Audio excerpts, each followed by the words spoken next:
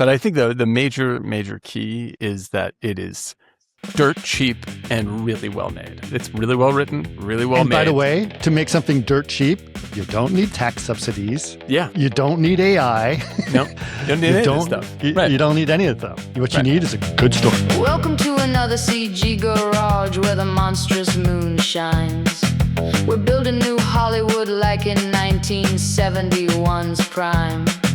From Archer's bold dreams to AI's fever dream, where tech meets the silver LED screen. Pixels and passion are pipelines unknown to host one show on a deadline postponed. Hello and welcome to another episode of the CG Garage. This is episode number 553, which is going to be one of our Moonshine Drive-In episodes, the episodes where we talk about movies. And Daniel and I are going to talk about two very important films that have been basically disrupting all of Hollywood, and that is Backrooms and Obsession. We are very excited about these films. They are the epitome of the example of the thing that we said was going to happen for years, and it is finally here. We said we're going to go back to the 1970s, and we actually are. Jason Blum himself has said it feels like the 1970s, so we're not the only people that are saying this, and it's very, very exciting. All the things that everyone said was going to be impossible to do are actually happening. YouTubers are making movies, and they're doing it better than most people.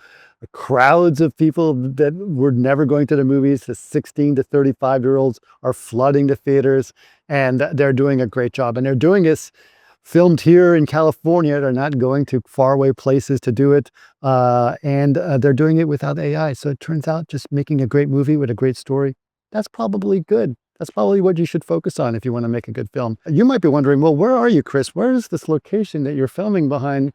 And so I'm actually here on the working set that we're building for our shoot for June, July that we're going to be doing. We're going to be filming it this week. I'm very, very excited about it. I will probably be presenting a lot of this over at SIGGRAPH. So if you happen to be at SIGGRAPH and I'm going to be to talk about it, you'll be able to find out more about how we're using this, what we've been doing with things like Gaussian splats and using that in virtual production. So very, very exciting. But for now, please enjoy episode number 553 with Obsession and Backrooms. This episode of CG Garage is sponsored by CenterGrid Virtual Studio. Wondering why you went to film school just to be stuck managing hardware life cycles? CenterGrid delivers end-to-end GPU-accelerated cloud workstations built specifically for VFX and creative production, with flat, predictable pricing and personalized support from people who actually get your workflow.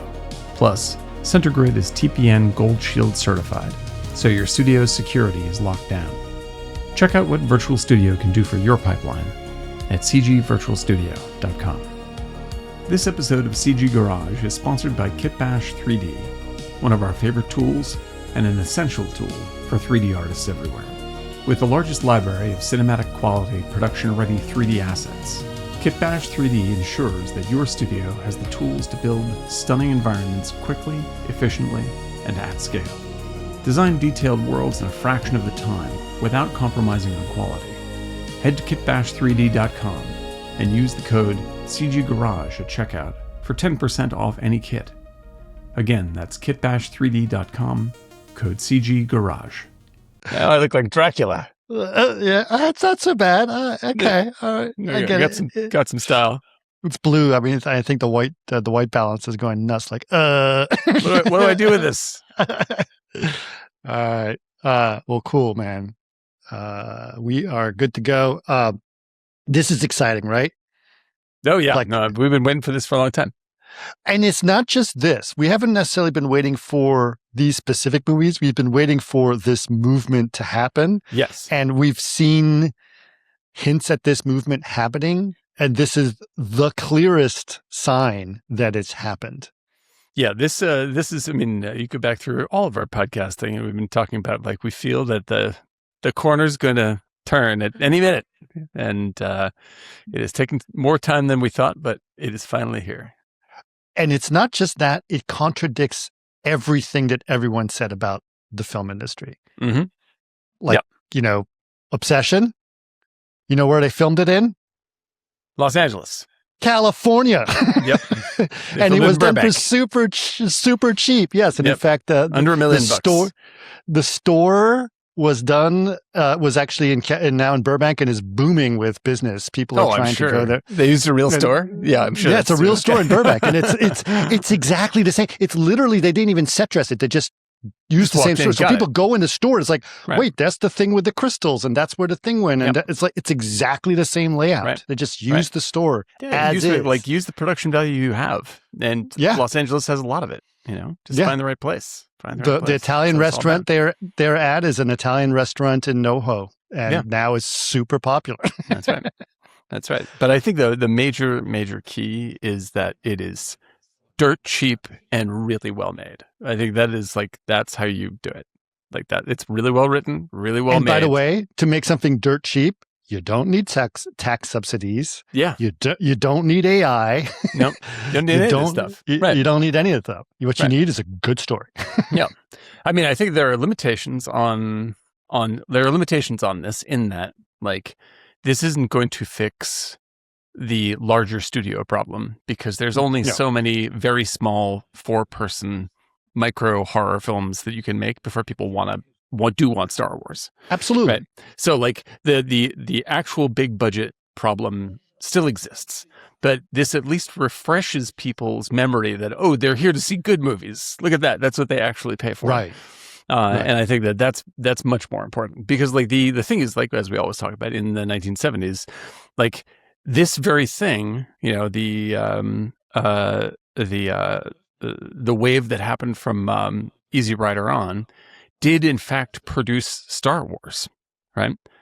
That's what it actually came to. Star Wars was that original content, right? Yes, it was. Exactly. Star Wars was a $10 million film, which was pretty expensive back then. Not super expensive, but pretty expensive. Sure. It was a studio movie, but it set the stage where they were willing to entertain the idea of an basically untested director. I mean, he directed one hit with American Graffiti, right, which is very small. Technically, his second. Yeah, THX 11, which is sort of in between because that was originally a film school film that he expanded into a theatrical release. But his first original release is American Graffiti, good and cheap, character-driven thing.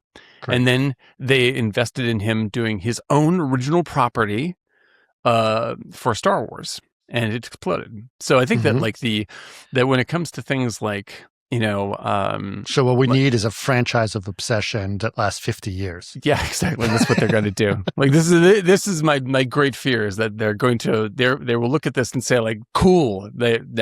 We fatten the cow back up. Keep milking. No. You're right. I mean, I think that's the problem, right? I think with both of these films. By the way, we're talking about Obsession and Backrooms, but both these films they're going to look at the wrong thing.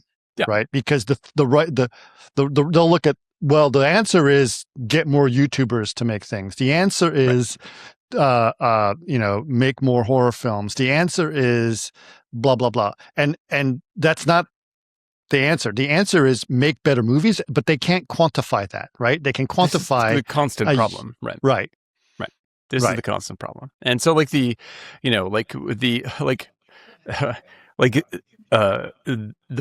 instance, the way that they look at AI, which ruins everything AI, is that studios are we can make movies without having any talent.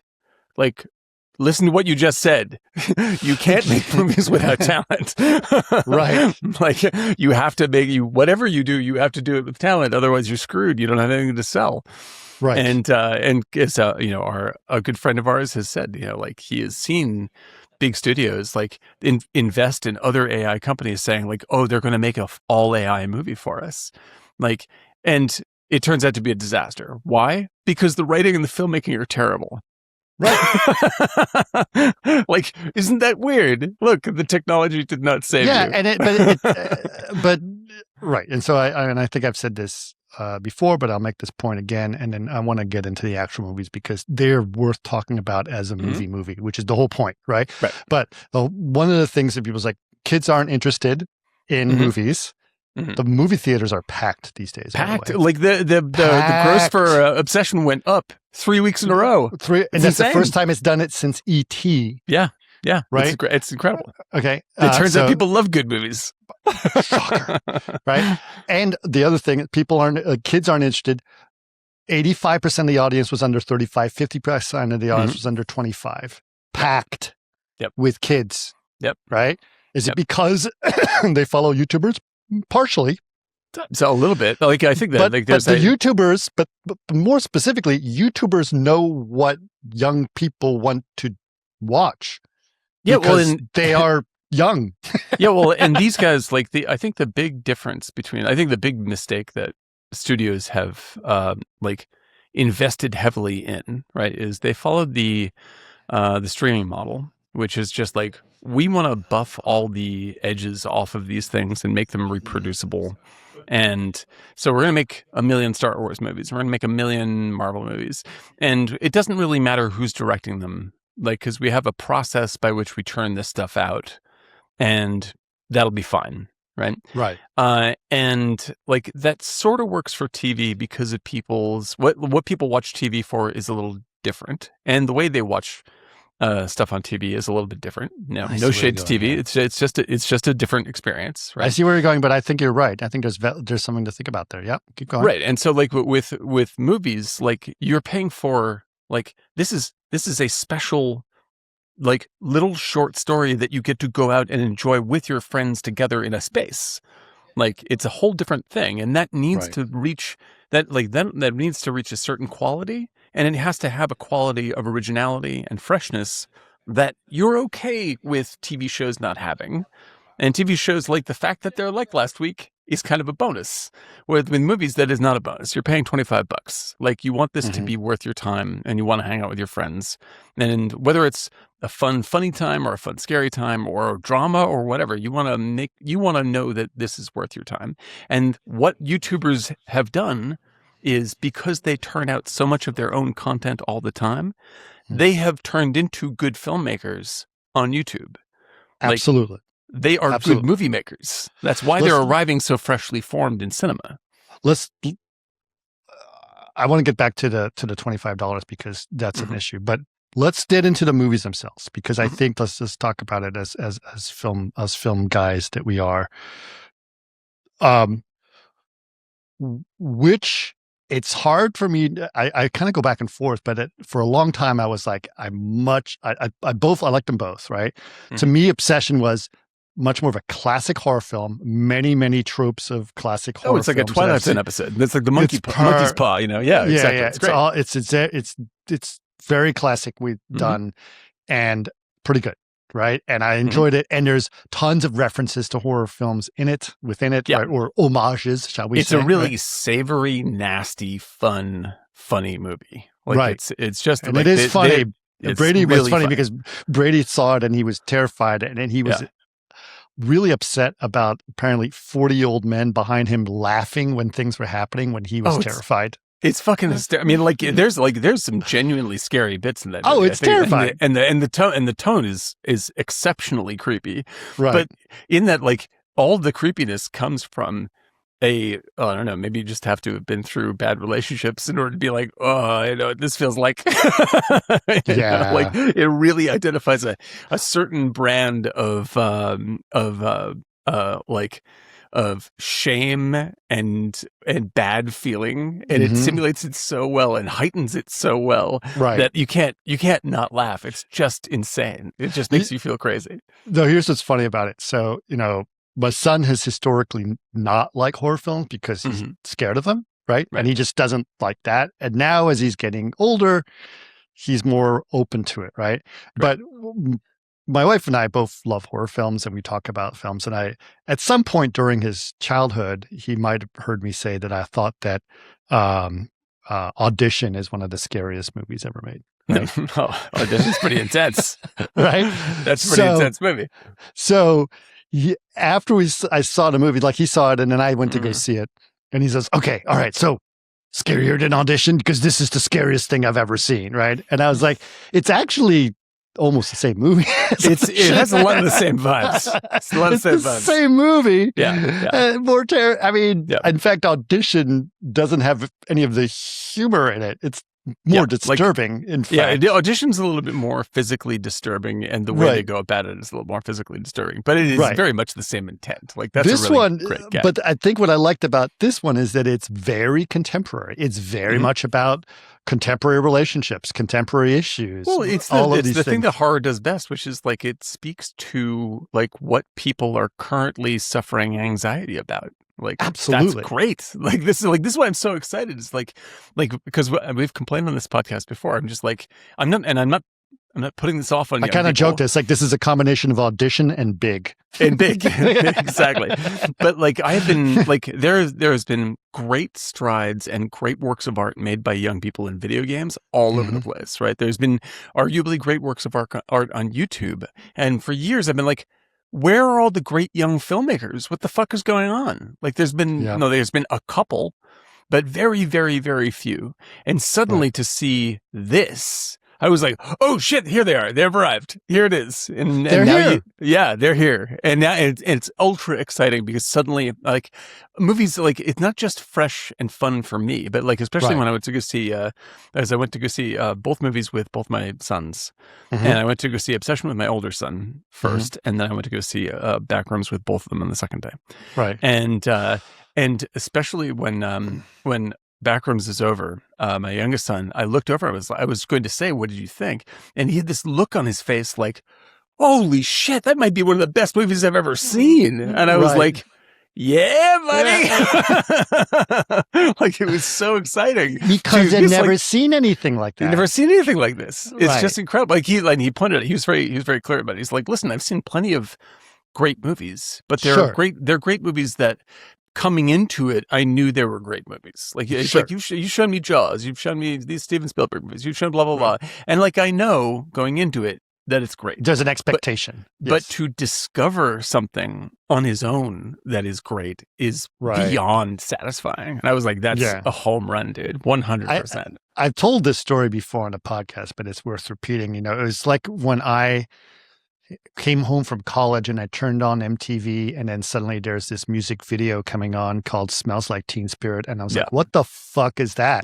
This changes everything. It just cracks it all open, refreshes everything. It all for open, you. right? And it was a moment of like, this is not Tears for Fears. This is not, any of that. And it was like the start of grunge. And it was, I'm not a big grunge guy, but I knew that was a moment. But you knew this was a different thing. Yeah, exactly. And so I feel the same way when I saw this. It's like, this is a different thing. This is going to like just rattle the system completely. Yes. And there's several things. I mean, it was great. So first of all, a couple things to note. Obsession is beautifully shot, by the way. Yeah, gorgeous movie. Talk about Clute, dude. That was like Insidious darkness all over the place. It was great. Right. They used the cheapest ways to get fear out of things in camera, meaning shadows. Yeah. Just make it dark. Make it dark. And you're like, I think I can Hold see something. The shot. Oh, fuck, cut. What's that? What is that? Holy shit, what's that? What's that? And you're just waiting and waiting. Yeah. And the anticipation and fear and anxiety that's going on in you is everything that he's experiencing. So you feel all this great stuff. Yeah. Yeah, it's true. This is real classic tools used for modern effect. And like, and like what's really great, just in another social way, is like something else we've complained a lot about is like when studios trying to service younger audiences have been serving up movie after movie after movie of main characters who are likable. Are fantastically likable, non-flawed personalities, and basically, the story is everybody else in the movie has to realize that they were right all along. And I'm just this like, is my main critique with Don't Look Up, where they're basically like, everyone like, else is stupid. What the fuck is this for? Right. Just like everybody else is dumb. That's your story. Yeah. Whereas both of these movies are about extremely flawed people, and I was just like, this is and amazing. Who is flawed? Who is flawed is the surprise, right? Yeah. Because Obsession is. You think it's her obsession for him, but it's his obsession for her. It's like he's the most toxic person. Yeah, he is such a subtly vile personality. Horrible. Like he's like, and the thing is like, and I'll be straight up. I have been that guy in some way. I think all guys, like all nice guys, that's have the been whole point. That fucker. That's the point, right? The point is, it makes you look back at yourself and say, Yes. "Oh shit, Yeah. I had a fantasy about this person." And you think you're in the right, and you're a good person, and you're nice, and you're kind. Yeah, all I'm this just going to bullshit, save and her, and I'm just selfish, fucking jackass. That's what this guy is. And like when he and is a sniveling little, like spineless, whiny, low integrity jerk. That's what this guy is. And I loved watching it. Like it's just like watching this guy like in worse and worse situations because of himself. It's just like you're seeing him be crushed by his own decisions. And I'm just like, all you have to do is make a good decision with integrity and you're out of this thing. And he's like, now to be fair, I'm sure, and well, we can talk about it as a guy because we are men and that guy is a man, but I'm sure other people have done this on the opposite sex as well. Oh, right? I'm sure. But I mean, like, just to speak from my own experience, like, I like seeing people that are like me who have flaws like I have had or have currently. Right. Like, this is what stories are best at, is to help us look at ourselves. It makes you want to not be that person, right? Because when you hold a mirror to your flaws, it makes you want to not do those things. This is one of the most powerful things movies do this better than almost anything because they're so immediate, and you're like, when someone does something that you both empathize with and know is bad, you're like, oh fuck, I've done this. Like, then that's good for you. That's good for you. Yeah, it's cathartic. It's cathartic. It helps you reflect and learn and grow, and that's what this stuff is for. You don't have to be didactic about it. Like, you can make it funny as hell. In therapy, they call that a breakthrough. A breakthrough. And I think it's terrific because they don't make any. They're not. It's not some broad stroke thing of like, men are bad or something like this. It's just like, no, this particular fucking asshole thinks he's the good guy and he is the villain of his own story and certainly of her story. Right. Like, he has dug this hole and he doesn't know how to get out of it because he is selfish, and it's a great spine for a story. And the thing is, like, because it's not like you don't have any empathy for him, you're watching him. And when you watch someone that long, you care. You worry for them. That's what movies do. You watch Travis Bickle for 2 hours. No matter what a maniac he is, you're concerned about him. Yes, like that's good for you. That's really, really good. So I was really knocked out. Really loved this. The thing that I think was unique about this one movie is specifically how he's such a coward and a weak character, and yet has all the power. And has all the power the whole time. Exactly. This is right. So that's the dichotomy of the whole thing. That's the thing that's so weird about it, right? Yeah. It's like he has all the power and yet is the weakest of all the character. And what's fantastic is, like, because he hates his own power, but then at the same time, when he's given the opportunity over and over and over to correct it, he's like, I still want to fuck her. Yeah, dude, it's like the greatest. I mean, like, spoilers ahead for what I'm about to say. When she is like, just please kill me. She's asleep. Kill me now. And he's like, am I so bad? Am I so bad? I'm just like, you are the worst. You are the worst. And it's hysterical is that, like, I've watched the back and forth people talking about this online, and people are like, are really struggling with, because they haven't seen this kind of story in a long time. And so they like the movie a lot, but they're like arguing whether or not this guy's a good guy, because they're like, well, I mean, it's understandable. I'm just like, it's understandable because you have empathy and you have probably in your life made decisions not nearly this selfish, but akin to this. Sure. And you have empathy for this guy. It doesn't make him good. You want to feel sympathy for him and you can't. You feel empathy for him because you have fucked it up in the same way. Yep. Like, that's, and people should realize great. the differences between empathy and sympathy, because they are very different things. Yes. And so but having that be talked about, having sex be talked about, having sex scenes in the movie, I was just like, oh my God, it's so refreshing to see people talk about this again. Right. Like have this be a part of your story. This is part of life. Like have this be what is part of the tension for this, for these characters, because this is about attraction. Right. And they dive right into it. Like they're not like, I don't know, people might find this well. Like there's no waffling, there's no studio bullshit. They're like, we're doing it. Here it is. Right. $500,000, we can take the risk. You know? Yeah. And that's why it works. Yeah. Be brave. Well, so here's an interesting thing that came up, right? The main actress, who was fantastic. Yep. Great. They had another actress who was, they tried to get for it. She's famous and I forgot her name. But she's in, like, I think she plays Wednesday, or I forgot what her name, but she's a famous actress. Yeah. I know who you're talking about. Right? Sure. Yeah. And they tried to get her, and she wanted they wanted $1.5 million. She wanted $1.5 million to do it. Nope. And they said no. And the other actress did it for no money, and now is super famous. Okay, now wait. While that sounds amazing, it's like, yeah, hey, look at that. Yeah, she's great.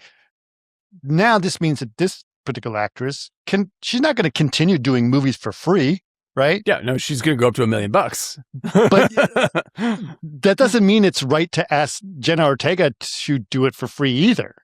No, like Jenna Ortega has the leverage to get $1 million. She should try and get $1 million. Go for it. Yes, and she should also can't not take it for free. Yeah, and give. I mean, in a sense, I almost look at this as like good for her to give someone else the opportunity to rise to that moment, right? Well, and the thing is, I mean, it's the right choice from the filmmaker's point of view, because like if you have Jenna Ortega, then it becomes a Jenna Ortega vehicle, right? Right. And you bring in a different audience who may not respond to this in the same way. That's correct, right? You're casting according to who is right for the work of art you're trying to make. And I was also thinking about the fact that, what's his name? Justin was telling us about get some name in there. Mm-hmm. And that's like Andy Richter was like the one name guy that they used. Right? Exactly. And it's always good to have, like, if you can get somebody who's kind of a name or a kind of a visible face. But he was almost pointless. Like it could have been anyone. It's just there to like that person. I mean, he's fine in the movie. Didn't break the movie. He's not responsible for an important part of the movie. He's just there and it's okay. But I'm sure it was an important part of investment. Like, we have Andy Richter, and then they're like, okay, we'll sign that $500,000 check. Right. So you need the Andy Richter just so someone will sign the check. Gotcha. And the same thing with Mark Duplass in the other one, right? So yeah, exactly. They put this dude in, and it legitimizes everything. Everyone feels like this is going to make money, and it's okay. Like that's all fine and dandy. But I mean, for the actor getting whatever she got paid for. She was a nobody before this, and now she's, in a hit. She took $0 for this. It's like, first of all, I think that just as an artist, I'm like, absolutely, she makes the right choice here. Like in terms of like business and SAG and all that stuff, you can talk about it that way if you want to. But as an artist, like, go for the fucking thing you want to be in. Like that, if that's going to do it, it and get it no matter what. I can't do that free stuff anymore, unfortunately. I'm sure, not in like if you can't do it, you can't do it that way. Sure. But if you can do it because you're like, this is a shot, I really believe in it, decide from there. Don't let anybody force you into that position ever. Right. Like, you should never be forced into that position. But if you're like, I will do this for fucking free, I believe in it so much, and you're now a partner in the film, then go for it because you believe in it. Like that should be the standard. Always. Nobody should be like, we should get someone for free. Like, that's just being shitty. But if you have no money and you run it, you're like, this is what we got. If you want to be a part of it, please be a part of it. If not, we understand. Then if you want to be a part of it, be a part of it. Because you're here to make art, number one. You're here to make something meaningful, number one. And after that, you should keep a business head about what you're doing, And if you're Jenna Ortega, she's like, this is the way I have to operate because I'm at this level of business, and that's how it is. And that's it. Perfectly reasonable. She gets paid for Wednesdays. It's all good. Right. Yeah, I think it was very interesting. Good film, right? It was fun. No, it's just the great, audience was great. I think that's such a success. Yeah. Let's talk a little bit about Backrooms and your thoughts about that one, because honestly, that one was I think Obsession was an excellently executed typical horror film that was done for the proper redone with the proper context of it. Backrooms was way more original in a lot of ways. Because there's something like here's the two, like, first of all, I would say Obsession is terrific across the board. Terrific. And it is terrific in the same way that like Halloween is terrific. Like, like, because I don't like Halloween to me is, just as a film is sort of mid-tier John Carpenter. Like, he's made way better movies than that. Like, sure, it's a pretty good horror movie by his standards. Like it's no The Thing. It's no like you can list all those things. Like, it's somewhere in the middle, and you just go, yeah, that's a really good movie. It's got a lot of good imagery and good gags. But it is absolutely iconic. Like, he came up with a thing that is going to last forever. In Michael Myers, like, he captured a thing. And I think with Obsession, with her performance, same thing. Like, this is a perfectly executed, very original, nicely done, tight, inexpensive little horror movie with such a gem of a horror character that you will see variations on her forever. Like, that is absolute tip top quality. With Backrooms, what is really interesting, there's two things interesting about Backrooms for me. Sure. One, this is made by a 20-year-old YouTuber also, right? Mm-hmm. The other ones were 26-year-olds. Yeah. So this guy's really young, right? Really young. And he's been doing it since he was 15. Yeah. So he's actually very experienced in filmmaking. Like, a quarter of his life has been doing this, yes. But that is a very weird movie. Like, it's a very strange film. And it is a studio film. Like, that is a $10 million studio picture where his co-screenwriter is a real screenwriter. Like, this is like that is real actors, and like, this is the real deal. And they backed his play 100%. Like, I was like, when was the last time this happened? Because this movie is fucking strange. Right. like it's not just strange in the imagery, it's strange in the construction. But that's A24, right? Yeah, I think it's A24. Yeah, it's so like, that's the most profitable film A24 has ever made by 3 times. They understand where their bread is buttered like no one else. Like, they went after that. They make their own butter. They make their own butter. Yeah, exactly. They make their own butter. They make their own butter. They know exactly what they're doing, and they're very, very smart about it. It's like, oh shit, this butter is better than anything else I've ever tasted. Yeah. They are ahead of the curve. And they're not going in they're not going into their spreadsheet and say, we got to make a 4-quadrant film. Right. They're saying, we're going to make this, right? And they know the ceiling. They know how much risk to put into it, and they use it is $10 million, which is high-ish in some way. Like you say, it's studio film, but it's a real movie. It's a studio movie. It's a fairly low budget compared to studio movie, right? Right. But you're involving real things. If that movie cost $100 million, it'd be a fucking disaster. It would be a disaster. It'd be awful. Yeah, it'd be a disaster. Right? But even if it was, let's say, if it's exactly the same film that you just saw, yet it cost $100 million, it would not be considered a success because of that. Yes, right?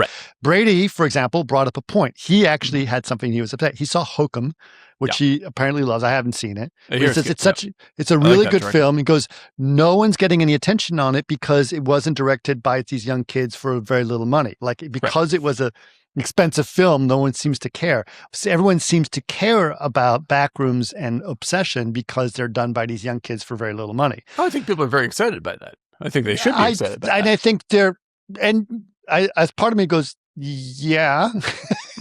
Right? Like, I think that the word should, because I've seen the previous film by the Hokum guy, and I really, really liked it. Yes. And so I think that, like, that person is on track to be a successful filmmaker. Like, sure. It looks like they're going to have a steeper climb, because the movies are not hits, but they're respected, and they'll continue to make things and have artistic freedom, and that's the way it normally goes for most people.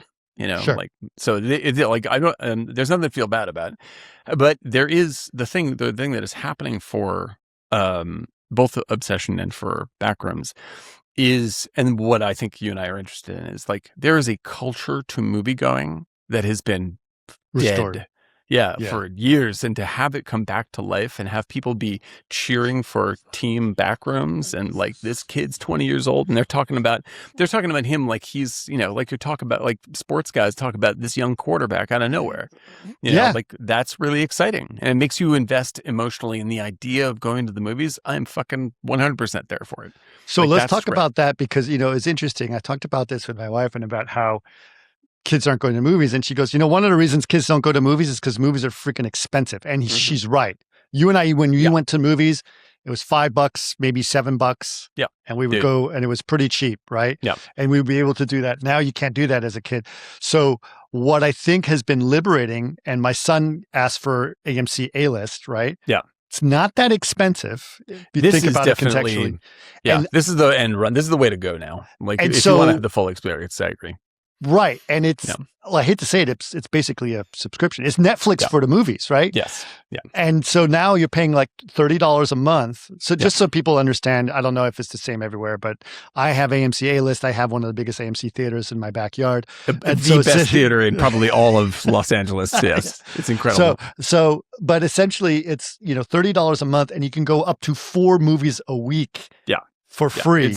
It's terrific. And it's the way that it made, like, because like when you bring up, like, we used to see movies for $5 or whatever. It's like, I saw Star Wars every single night of the summer of its re-release in 1980. Right. Every single night for Can you months. imagine spending $25 every night? It's just impossible. Like, know, and like movies should be, and the thing is, we talk about this all the time. Like, the thing is that the movies don't, if you watch a movie on your phone, the movie isn't degenerating in quality. That's fine. You can watch Lawrence of Arabia on your phone and it's still a great movie. It doesn't hurt the movie. But the way that you plug into movies is the actual magic of the movies is that it allows you to forget that you exist in favor of the movie. Like, you are plugged into the movie.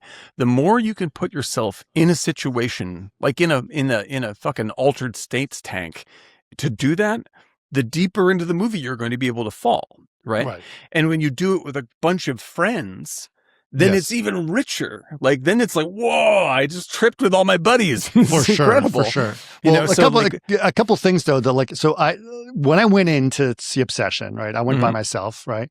I now am A-list because my son got A-list, because all of his friends, by the way, he's 16 years old, all of his friends have A-list. They all go into the movies all the time now. It's totally different than what everyone told me was going to happen. Right. They're all doing it. So I got A-list for myself so that I can go with him to the movies, and it's great. And we have an entourage, which is hilarious. We have this thing. Awesome. I love it. Anyway, so I am now in line at the concession stand at the movie theaters. The A-list, which is supposed to be the exclusive, like the business class line at the airport, right, is full. The non-A-list is empty. Okay, so so there's more people in the A-list line than in the non-A-list line. So that to me is a signal. Like, I think most people are. It's like, do you want to pay? Like, do you want to pay $10 for every time you watch Netflix, or do you just want to get a subscription to Netflix? Everyone's just going to get a subscription. So that's the first note that I saw. I was like, okay, so when are the economics of this are they going to collapse at some point where the studios are not going to make the money that they did because they're not getting the $25 per picture. They're getting a much lesser amount. Right. So who knows what's going on? Either AMC is going to eat the cost, or the theaters are going to eat the cost. Someone's going to have to eat the cost of that, right? Okay, so yes. Like, here's the deal. They're not making $25 off of me every time I go to the movies because I just got A-list, right? Yeah, my feeling about movies, just as a business, is, and this is where I am super pro what AI tools could do. Is what they should do is destroy studios. Like, that is what they should cut out all the fucking middlemen that make all this shit so expensive. Like, that is what should be done. Like, because everyone complains about whatever, like, oh, they made a movie all with AI and it sucked. Well, because the filmmaking was terrible and it was a shitty movie. Yes. Right. Well, absolutely true. Right. They were already making shitty movies without AI for a decade with a couple of franchises I could name. Like, those were AI movies to me, where I'm just like, oh yeah, they're like written by lawyers. Yeah. Like, when, like if I had to see one more minute of Black Widow, I would give up movies forever. I'm like, this movie is absolute grinding trash. Cost me $30 to see, and it doesn't even look good. Like I can't even come out of it and say, oh, well, at least it was pretty. It wasn't. It was awful. Every ounce of it was awful, right? And that what you want to do is you want to bring down the prices on production, like vastly, right? Right. And what you want to be able to do is have, like, when the George Lucas that is coming up, the young George Lucas, that is waiting in the wings right now, you want that person to be able to come and make her movie and do it for $10 million and still make it look better than any Star Wars movie that has come out. Absolutely. Like, and you saw that with Obsession. It didn't look like a cheap movie. That looked like a perfect movie. Right. And I am for any tools that allow artists to achieve that. I am absolutely for. Like, I am not for any tools that make things easier for studios to make garbage. Like, that is out. And it is now officially out with these two movies. Right. Like, so, that's it. People don't want garbage. No, they don't want garbage. Absolutely right. I think that's great. The other quick note I want to say, and this is related to this garbage situation. While I was in line for the concessions at the AMC theaters, I saw a line of middle-aged men, probably 40s, 50s, etc., that were super excited about buying a large plastic commemorative He-Man sword. He-Man sword. Yeah, you told me about this. Oh, man. All these 40, 50-year-old men buying He-Man swords. Maybe 10 years ago, I would have turned the other way, but I'm just like, oh guys, what's happening for you? So I think that's the problem, right? They still want to play with the toys they played with when they were, little kids. And now they treat it like, oh, it's acceptable for me to be a fan of He-Man or a fan of Star Wars or whatever, right? And this is what keeps reiterating these, oh, just give me my I want to relive the time when I was eating, Fruity Pebbles on Saturday morning and watching He-Man. Like that, grow up. That's not today.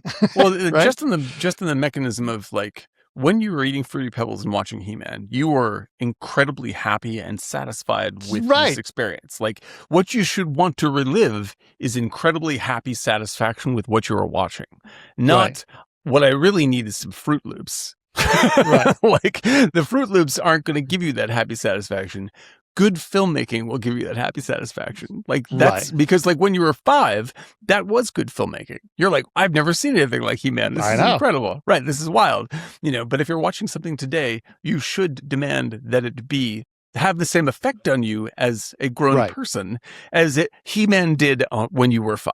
Yes. I'm very much seeing now, like, I'm very much better understanding of the split that I'm seeing between Gen Z and Alpha compared to millennials. Like, that split is becoming so clear.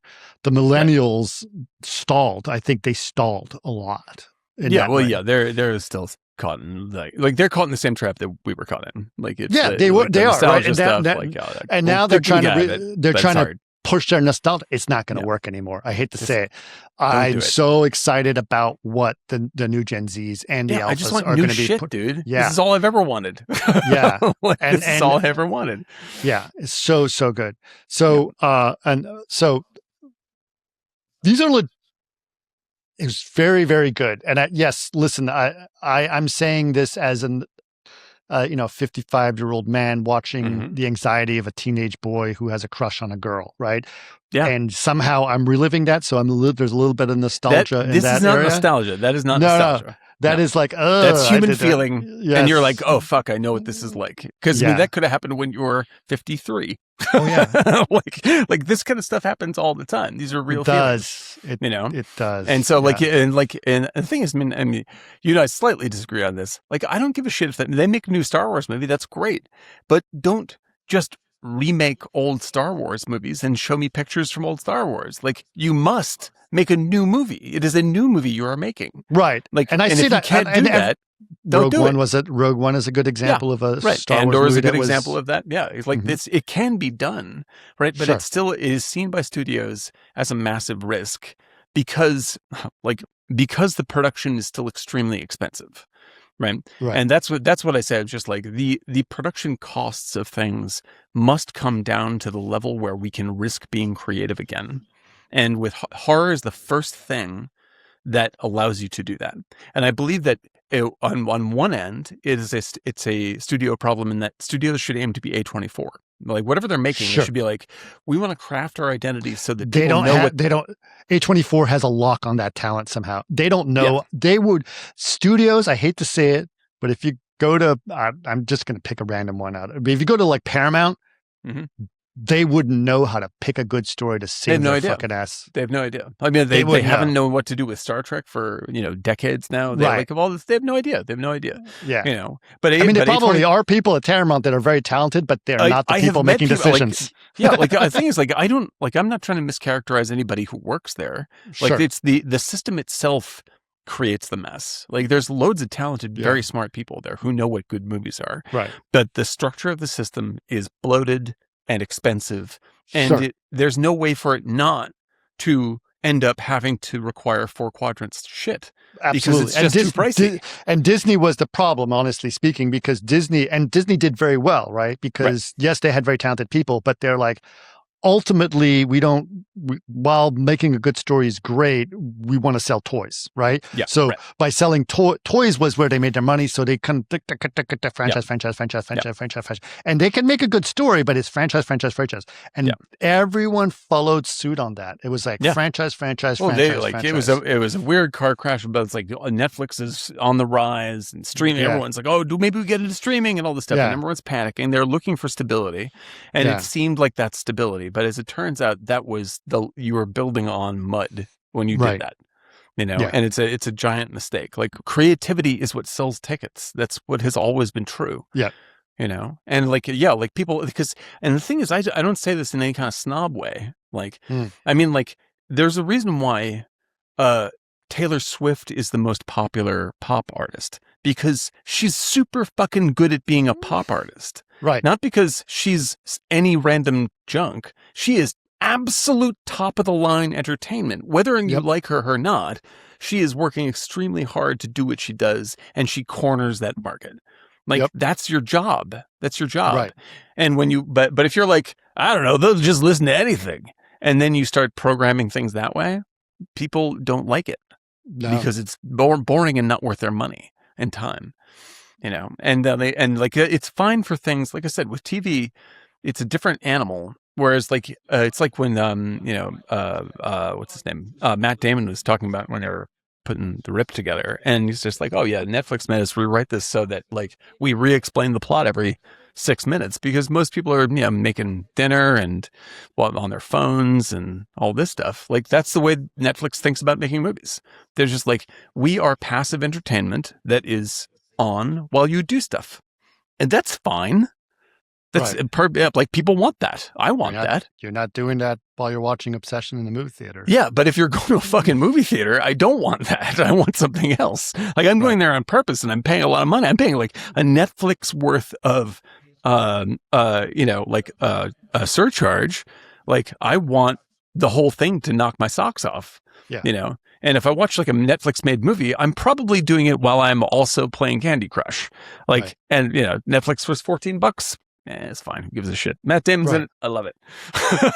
So let's talk a little bit about Backrooms because I think that was also fascinating, obviously, right? So the first inkling of Backrooms came up as a concept before the filmmaker was born. Right. In early 2000. Oh yeah, the original photo, that got passed the original around. photo, right? Yeah. And it was kind of this weird thing, but I do remember that CG version of it, right? Because CG is that concept of the Backrooms is so easy to do with CG, right? Oh yeah, I mean, just with Unreal 5, you can just like bang. Well, forget Unreal. They did it in Blender. It doesn't matter, right? They did in Blender, yeah, exactly. Right? You just plug and play that stuff, yeah. Yeah, and it just makes it look weird, and it's fun, and it's interesting, and it's it's a very simple conceptual thing to do.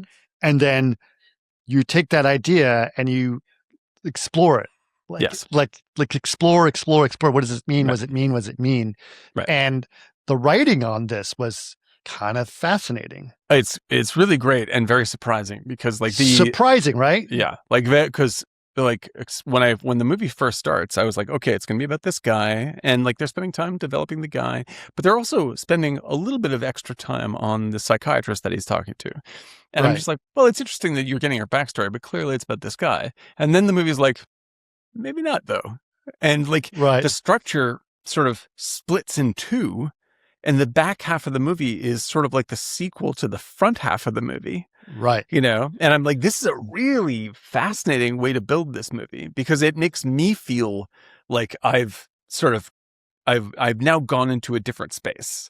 Because I'm seeing the world from an entirely different point of view about midway through on. Well, isn't it just the thing where you basically like one leads to the next, leads to the next, leads to the next, right. leads to the next. It's backroomsing you when you went. It's one room after another, but it's like one person after another.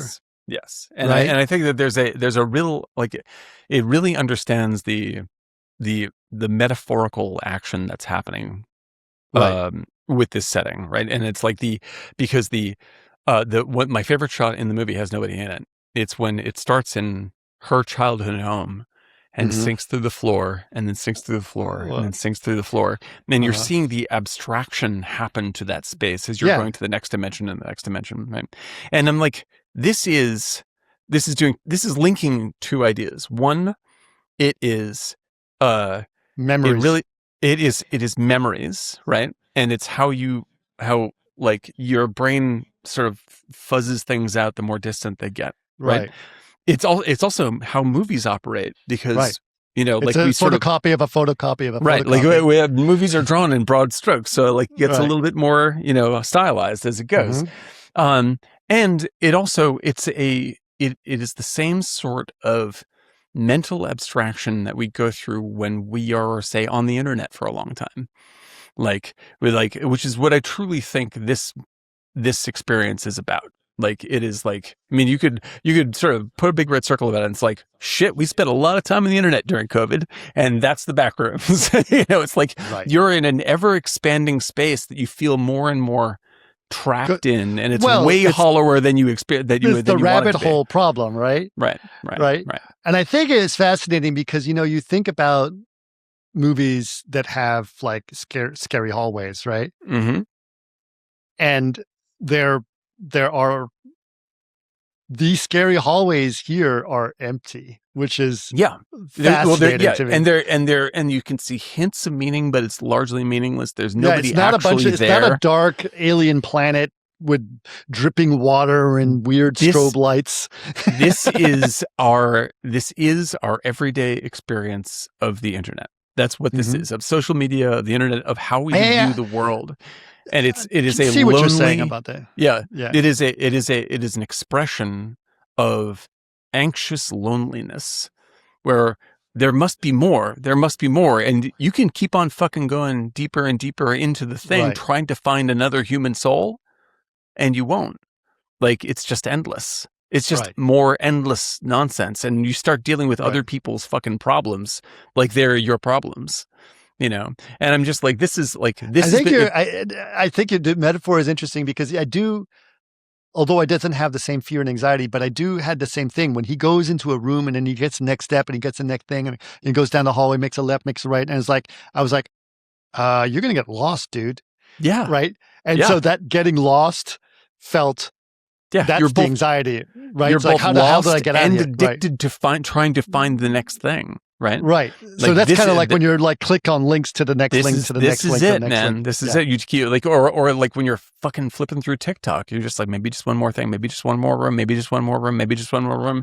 And 2 hours goes by and you're like, what the fuck am I? What is going on? I haven't had one real human experience at all in hours, you know? And like that hollowness is so profound. It turns our digital experience into the haunted house that it really is. Like, it's such a rich, profound metaphor, and it's so simple because the horror that we find in there is us. Like, it's warped versions of ourselves Like the longer we spend there, the more we leave these weird footprints of half people, and this is how other people see us. Right. Like when you read Dan Thron stuff online, you're like, who is this crazy asshole? Like you don't know what a crazy asshole I really am. Right. But like you're seeing an echo they of don't the know moment about that it was. Fetish, for example. They don't know. Yeah, now they do. But I mean, like this is like, and when that scene happens, when you realize how crazy shit has gone, and he's at the dinner table with her, and he says, and the best part is you can eat them. I was like, what the fuck is going on?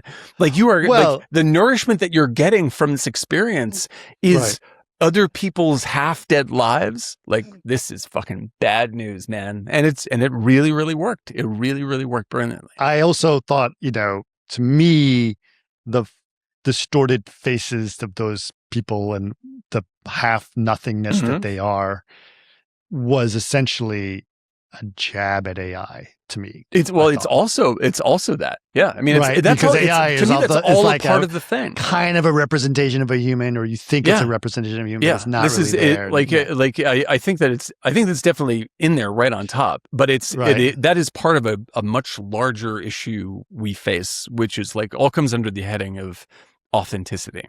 Right. And this is like what people constantly, talk like they're looking for authentic things, right? And chasing authenticity leads you down a hole. Like authenticity is something you find in yourself with authentic feeling, right? That's where it lives. And I think not to obviously spoil it too much, but we are going to spoil it. Sorry, but Mark Duplass's character and his point of the movie is like, what does this all mean? And like, I don't know. Yeah.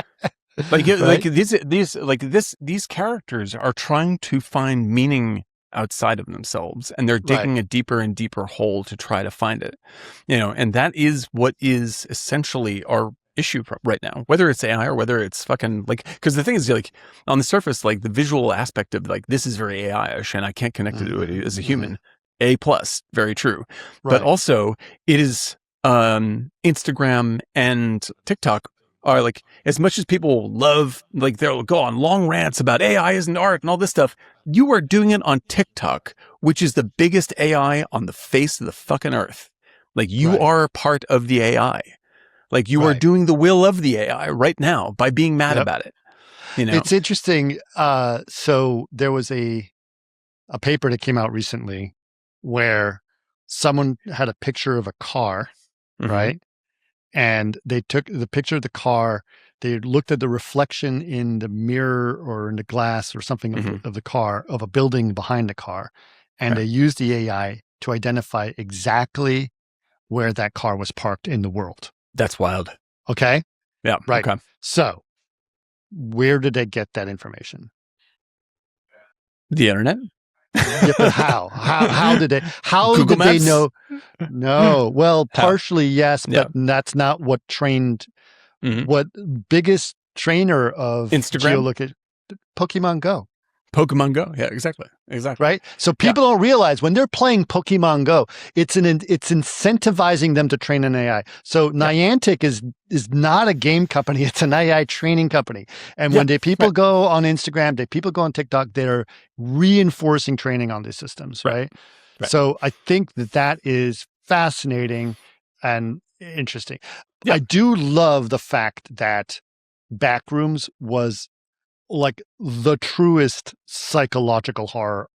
Like 100%. By definition, it's a psychological horror, right? And it makes it super entertaining and really, because you're not there like, oh, this is an art film that's really, really like it's over my head. Like you're just in it. It's just an experience, right? And then you talk about it afterwards. Like that's the best way it works, right? I walked out of the theater and the first thing we heard someone else say to their boyfriend was just like, what was going on with that giant pirate guy? It's like, yeah, it's the first step. Wonder what that is. What does that mean? Yeah. But that's the thing, man. It's like I think that the problem of like large scale is how do I think this is wonderful that this has happened. It proves the point that that this is what people want. They want real They want real art. They want real valuable and entertainment that is well made. Like that is what they want. Do you know what? I'm gonna. They don't want real art, or they do. They just don't know that's called art, right? Yeah, they don't know it's called art. Fair, absolutely fair.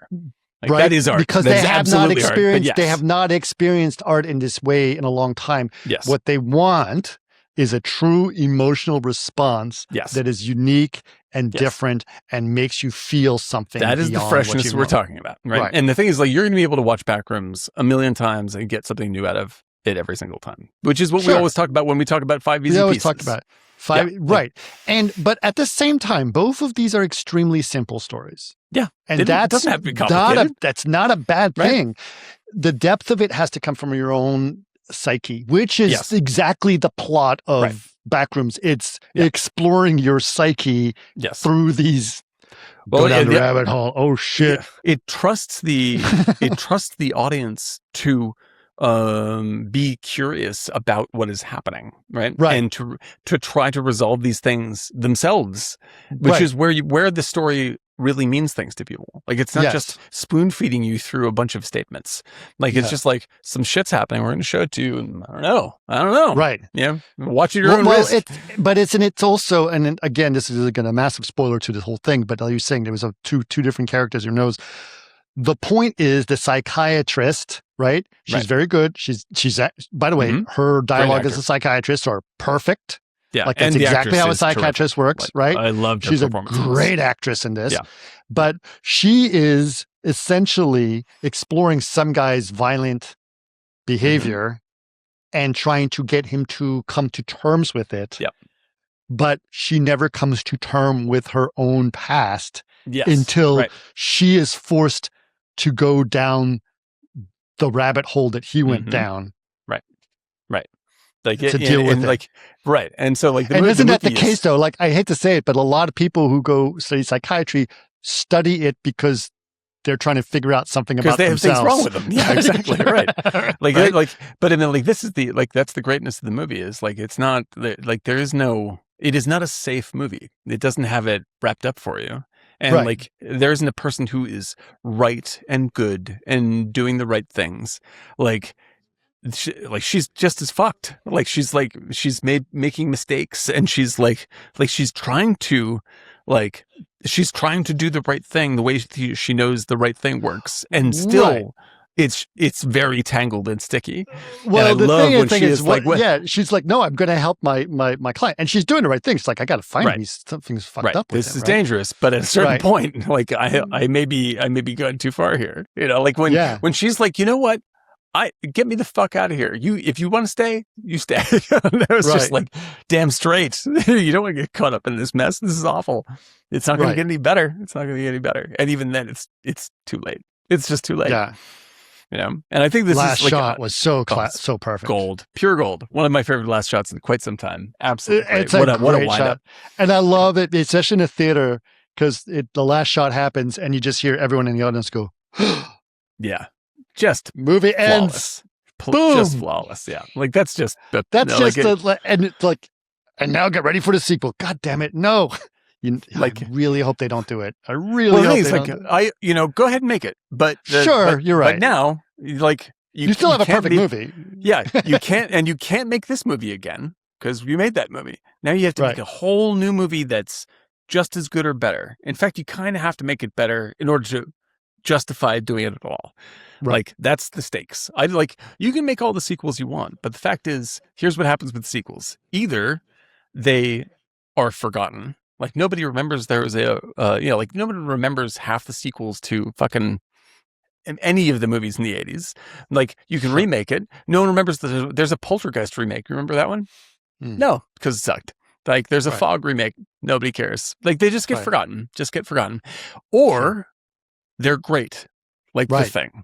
You know? So here's where they fuck up. Mhm. I think they're going to hire the Backrooms guy to make the sequel or a remake of Texas Chainsaw Massacre, which Oh, makes me, Jesus. you know what I mean? Like That's just exactly the wrong thing to do. that they have no idea they have proven again and again. They have no idea. The license holders of that story do not know why the first one worked at all. They have no idea. They're just like, I don't know, make it like Jason. only with a chainsaw. Like, and they just keep making the same stupid mistake. Do you not realize what this movie is about? Right. Yeah. They don't. They have no idea what they have. And Right. and this is just the case with most. It's like no one's ever going to make another good Terminator movie. It's not going to happen. You could get fucking, Sure. you could get Denis Villeneuve in there to direct a Terminator movie. Yeah. And I guarantee you the license holders would grind him into making a shitbox. That's what they would do. It does sound sexy. Oh, we're going to make a new Terminator. It's going to be new sure. And I know Tim Miller, who's been on this podcast, he's Tim Miller, great director. And he made a pretty good Terminator movie. He made a pretty good Terminator, but exactly. it's like no. It was going to be a problem no matter who did it, no matter how good it was going to be. That is literally as good a job as they will let you do making a Terminator movie, where you come out of it and you're like, oh, it's not the worst. Get me out of here. Like, right. That's it. My wife still is angry at me. She watched what's the other one before that, Alien or Terminator. No, that is in the running for the worst movie I've ever fucking seen. That movie is awful. So I fell asleep in the first 5 minutes. Yeah.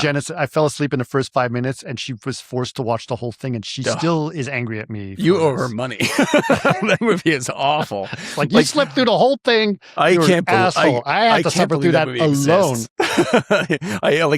There are talented people in that movie, and I'm just like, I really hope they keep you in purgatory a few months after you die for being in this movie, for letting this happen. This is awful. This is just, it's a moral failure on everyone's part that movie exists. Yeah. It's not quite Return of the Jedi, but it's awfully close. Well, let's talk about these directors, right? Because obviously people are like, they came from YouTube, and I have this fear that the studios are going to look like, we're just going to hire more YouTube people to make movies. And sure, right. And as if that's the magic. Yeah. That's not the magic, right? No. The magic is that these kids are actually talented. I'm calling them kids. I'm sorry. They're compared adults. to us very old men. Yes, they are kids. They are very Enjoy talented. your kiddom while it lasts. It's not that their YouTube is there. They are more experienced than you would believe. Yeah, because they run around doing shit every single day. They're the indie filmmakers. They have been indie film. What was there was a fantastic Onion article or Onion headline that came out about with the picture of the director of Backrooms, who's 20 years old. He goes, director submits backrooms.mov for his film school application. Film school application. Yes, exactly. Yes. Like you don't need to go to film school. You can just, I mean, I hate to say this because there's value in film school, no doubt. The value I'll barely lead on this one. The value in film school is you. Like that is it. Like that is it. You are I feel this about any school. It's like you can go to any school at all and not learn a fucking thing. If you don't learn anything, you are the one who has to do it. And if you do it, you learn. But it is just a place. It doesn't give you anything. You don't if you go and make a movie, you're going to learn how to make a movie. You need a law degree to practice law. You need an accounting degree to be an accountant. You do not need a film degree to be a filmmaker. Yeah, exactly. Right? Just so you know. Film school, if you want to go, it's great. What it will provide you with is... If you enjoy that experience and you want to have that experience and you want to will connect you with lots of other people trying to do the same thing, and that will help you out. This is wonderful. There's nothing wrong with any of that. But you could also spend the money on just making a film. And the more movies that you make, the better you'll get at them. Yeah, and instead of spending $1 million or spend it on the other stuff. Also, so that's one thing I think is very valuable to keep in mind. That these kids are very, very intelligent. And by the way, you should. I think it's an amazing juxtaposition. Listen to the director of Backrooms. I forgot his name. Sorry, I keep blanking, but I'm going to keep going. He was on The Town, and to hear the host of The Town trying to have a conversation with him, which they do. And he's very good. He did a fantastic job in the interview, but he's still talking to him in terms like old Hollywood. Yeah, in a way, right? And God so, for example, I'll give you an example. I'll give you an example, right? I'll give you an example. He's like, every agent in town is trying to sign your deal, and he's like, "Yeah, my mailbox is full. That's whatever. I'm just going to keep making movies, right? Do you need an agent? Does he need an agent? Why? This is what I'm saying, dude. Is like question that any of this needs to exist. Just question if any of this needs to exist, because most of it doesn't. Most of it does not. Yes. I mean, maybe the agent can go through your mailbox, but you don't need someone who takes 10% of your worth just to go through your mailbox. Then the other one was very interesting is, so when my son saw it, he was into the internet sensation of Backrooms before this, right? And there is many lores, there's many stories that go on about Backrooms that are both from that guy's perspective and from fans, right? So they split off into different fan fictions of this idea. And it doesn't necessarily align with what the movie has. Right? Yep. So some people are like, well, it's not like that. You know, it's like Don't it's get me all complaining like it's not like about the book. Backrooms. It's not Marvel, dudes. Like this is Forget creativity. about even Marvel. You shouldn't do that. You should just enjoy the experience that is, right? Yes. And so he said he made a point on the podcast. It's like, I think it's great that other people have different interpretation of this IP, and they should be explored in this way. At which point, Matt on the town said, well, don't say that because A24 is going to get really upset because now they own the IP to Backrooms and they can sue anyone that would make something different from that IP. And I'm like, yeah, kind of missed the point. Yeah, this whole fucking system's got to go, man. So, you know what I mean? It's all about suing people. Like, what are you going to sell backroom T-shirts or whatever? You know, like what? Yeah, it's like people don't know how the money gets made anymore. Like I swear to God, like studios have gotten so big and so cumbersome that they don't even know. It's like they're a diamond mine. They don't know what diamonds are. They're just like, I don't know. I thought we were just in the business of digging dirt. Like they just have no concept of what's happening anymore. And I'm just like, you can't keep on working like this. Like now, everything listen, has become... I'm not necessarily knocking it because there is money to be made, and we are celebrating the money that was made, right? Absolutely, yeah, absolutely.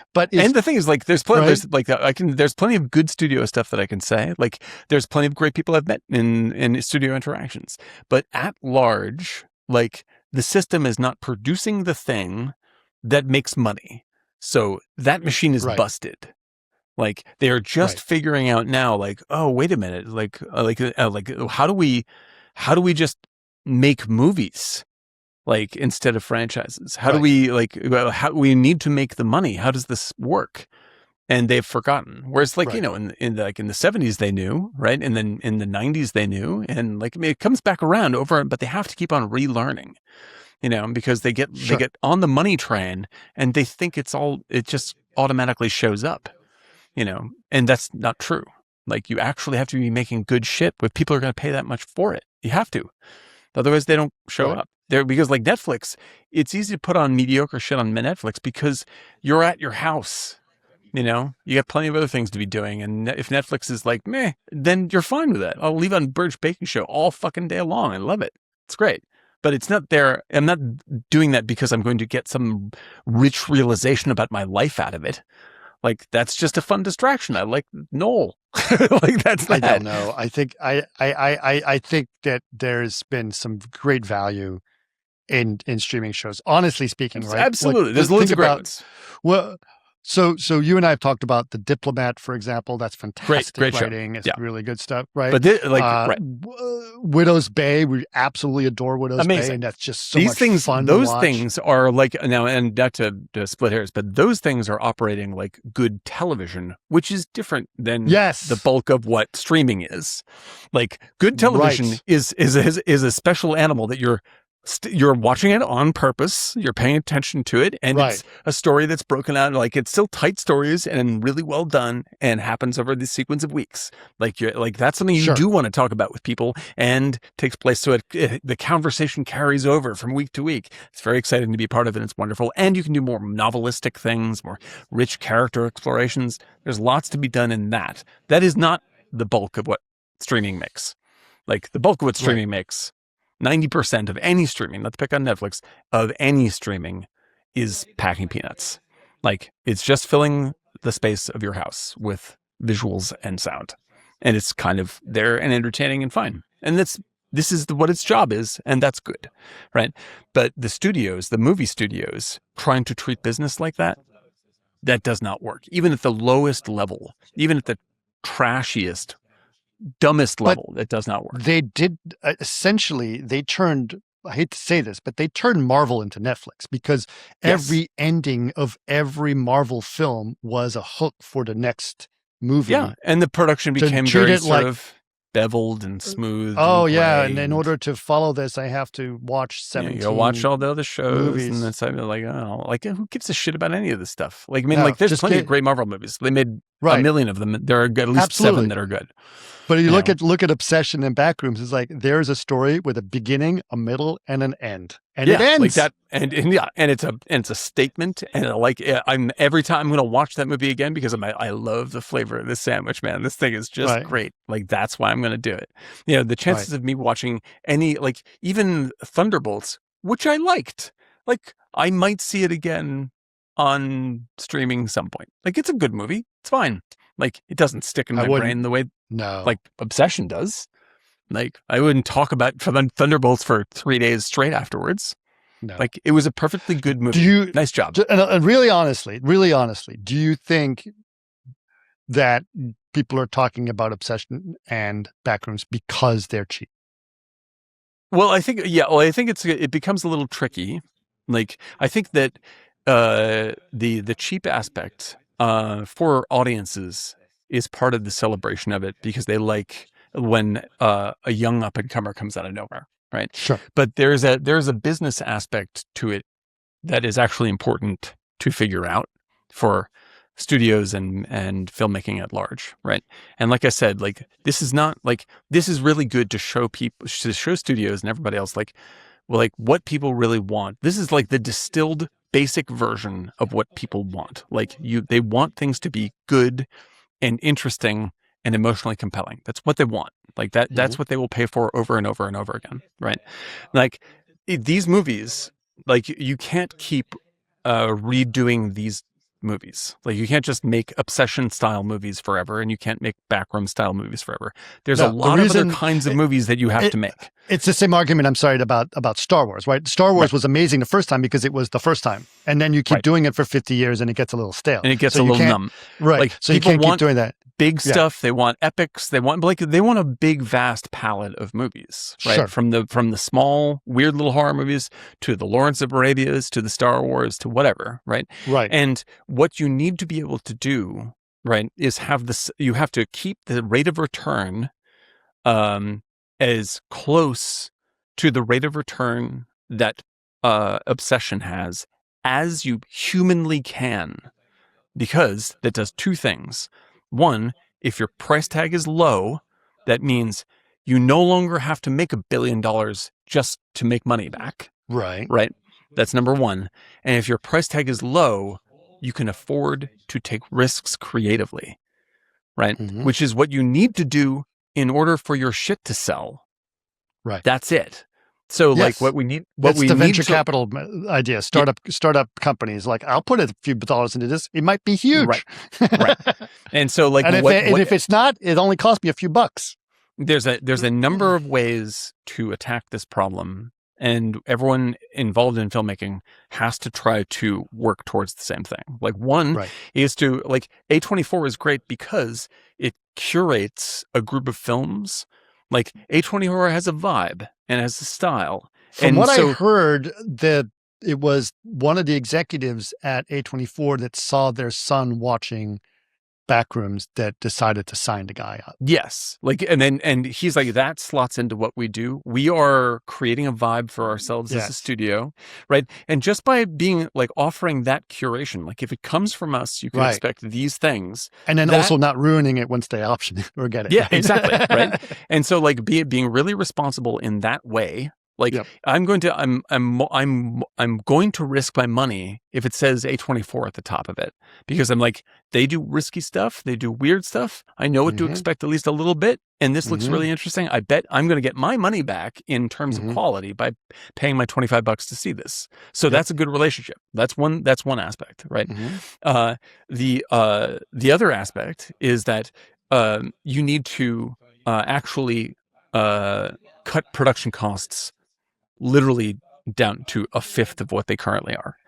And Like, and be smart about it. So this is the thing I want to think is so important, because here's the thing that I think is brilliant about these two films. Because they're so cheap, they came up with essentially more effective ways of being scary. They film made their way out of it. They film way right because So as a perfect example, in Obsession, most of the anxiety was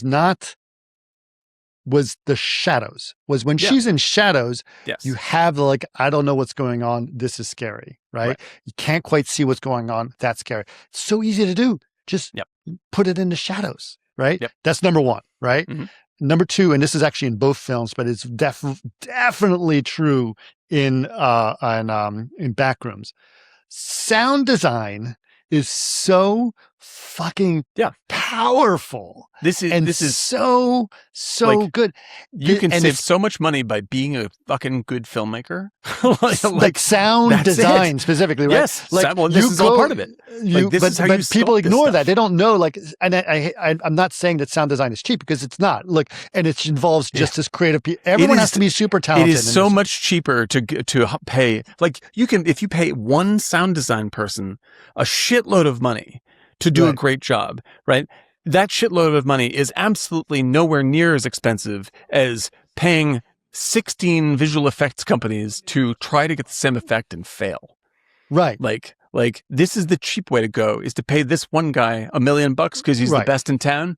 Do it.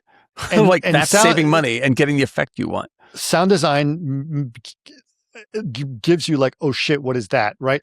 Both of these things, either through sound design or through visual language with shadows, not showing you things is cheap. Yes. But better than cheap is actually more effective. Right. That is just great movie making. And it definitely do this. It makes your brain start to think like, what am I? Yeah. I'm terrified. Right. Because so studios should be looking for people that can do this. People that know how to. They should not be looking for people who know how to get coverage for Netflix. Right. Like, they should be looking at filmmakers who can build great stuff out of almost nothing. Like, that is what they should do. So let's talk about that, because this is sort of like reset the bar in Hollywood, which I think is great, because this is everything that we're trying to do over at Monsters Moonshine. We know that we can get more effective things if we're very smart about how we do what we're doing. Right. At least that's our theory, right? So, but you compare this, right, with Avatar 3 that came out. Great movie, but so much more expensive. Yeah, I mean, they had to clear such a bar just to get their money back, dude. It was really good. I really enjoyed it. It's a very good movie. Yeah, but listen. But like, as a business model, I don't even remember what the story was. I don't even remember what the story was, to be very honest. Right, like, it does not stick with me like the other, like those two films did. This movie did exactly what it should do for exactly the situation I saw it in, and I loved it. It was great. However, it isn't a very good business model right now to be doing anything with. Thousands of people for years and years and years, costing $200+ million to make a movie like that, and you're like, okay, now sold a lot of tickets, great. Now here's the thing, right? So just on the opposite side of that, I've been seeing a lot of trailers to the Odyssey, which I'm sure is going to be a good film. Looks very good. But that movie's fucking expensive. Very expensive. Right? Yes. Right? And the thing is, like, fetishized is its expensiveness. Yeah, well, and this is like, the thing is, like, if you're going to spend the money, if you're going to spend that level of money, I want that level of movie.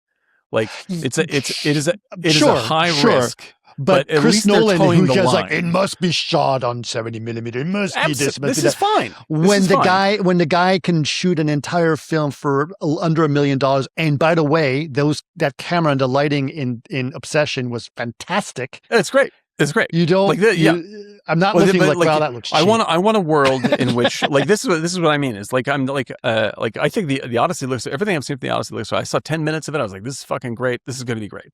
That is worth every penny they spent on it if the whole movie is that good. Absolutely, right? And like, it is a big, expensive movie, but they've made it so well that it looks like it's going to make an incredible amount of money. That's also really good. Like, they're keeping their ROI and Dune high. Is going to do Dune will do this high. Like, it's purely, I hate to be businessy about it, but it's purely ROI. That's like, This is what it's about. That's the question I'm actually asking is the business question, right? The business question is why, when people are going, why would I spend $150, $200 million on the Odyssey when I can spend $1 million on Obsession and make because with the Odyssey you stand to make $1 billion plus dollars, maybe $2 billion if it really goes off, like maybe but so like you're like if so we're going to spend almost $500 million, like if that's my investment, then I want to make. I already have tickets to the Odyssey, so don't like. But this is the thing, like if I'm an investor in the Odyssey and I'm going to put in that much money, like I want to see an ROI that's super high. Right. Mm-hmm. And so in order to assure that, I want to make sure that this is Nolan operating at the top of his game with the best cinematographer, Matt Damon, fucking give it all to me. So I feel like it's worth it. Right. So I feel like the risk is worth it. It is. And just to give you an exact example for that, the AMC app crashed when the sales of the Odyssey tickets went on sale. Like that, that is the studio working correctly. Right. Like the studio working not correctly is Mandalorian and Grogu. Like that is the opposite of the Odyssey. Like that movie was very expensive and is gone. Is currently just gone. Right. Like, it's dropped like 70% on the second week. Yeah. It crashed and burned against a movie that cost $500,000. Like that is the lesson. And no shame to Jon Favreau, a very talented guy who I liked his movies before. He's very, very good at this stuff. But this thing is absolutely underscores exactly what needs to be fixed in studios. Like you should not have made that movie. That is not the movie. Every choice in that situation was wrong. Everything. The you know who that movie's made for? It's made for people our age who are still tied to not Star even Wars them for some they reason. Didn't even show. No. Who are taking their grandkids or little kids to see it because the little kids liked it. Right? Sure. Little kids liked it. You're going to spend $500 million to make a few little kids happy? But the key important audience that everyone is like, I don't understand what these kids want to see. The 16-year-olds to 25-year-olds, they are not going to go see Mandalorian and Grogu. No, because it looks like a fucking TV show. Yes. That's it. And the thing is, like, watching it, like, for me, like, watching Star Wars now, the bulk of it is like when you're trapped at someone's house and they're like, oh, let me show you photos of my kids. I'm like, I don't know any of these people. Like that's basically what Star Wars feels like to me. I'm sure it's like twice as bad for most people under 30. I'm just like, why would I fucking care about any of this? This was something that's special to you because this is your family. I don't need to see more photos. Keep in mind, it was special to us, right? Yeah, and it still is. Like the first two movies, the second movie in particular, like obviously I've gone off on hour-long rants about that movie. Yeah. It's a fucking American masterpiece. Like that is a stone cold, amazing piece of filmmaking. Like I love that movie, not because I love Star Wars. Star Wars can go fuck itself. Empire Strikes Back is one of the best movies ever made. That's it. That's all there is. Like it's such a beautifully written, structured movie.